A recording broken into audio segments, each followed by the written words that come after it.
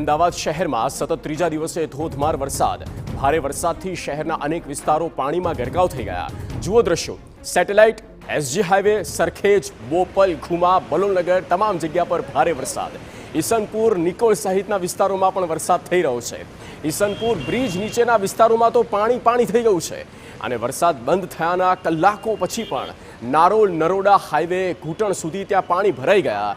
અનેક વાહનો પાણી થઈ ગયા છે, પાણીમાં ફસાયા છે. હાલાકી વધી રહી છે. કમોસમી વરસાદમાં વરસાદ બંધ થયાના લગભગ 5 કલાક વીતી ચૂક્યા છે, પરંતુ તેમ છતાં જે વરસાદી પાણી છે તે ઓસર્યા નથી.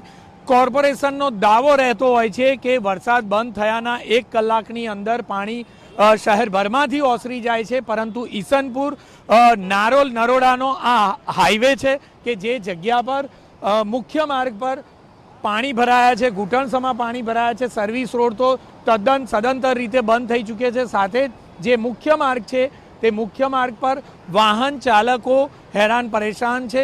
લગભગ 1.5 થી 2 કિલોમીટર સુધીની લાંબી કતાર વાહન ચાલકોની જોવા મળી રહી છે. કોઈ પણ પ્રકારે આયોજન કોર્પોરેશન દ્વારા કરવામાં આવતું નથી અને સામાન્ય વરસાદમાં પણ આ જગ્યા પર આ જ પ્રકારની પરિસ્થિતિ દર ચોમાસામાં જોવાય છે. તો આખરે અમદાવાદ મ્યુનિસિપલ કોર્પોરેશનના અધિકારીઓ શા માટે વરસાદી પાણી ભરાતા હોય તે જગ્યા પર કોઈ નક્કર આયોજન કરતા નથી, તે સૌથી મોટો પ્રશ્ન છે.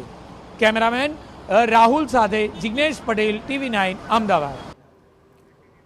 તો અમદાવાદમાં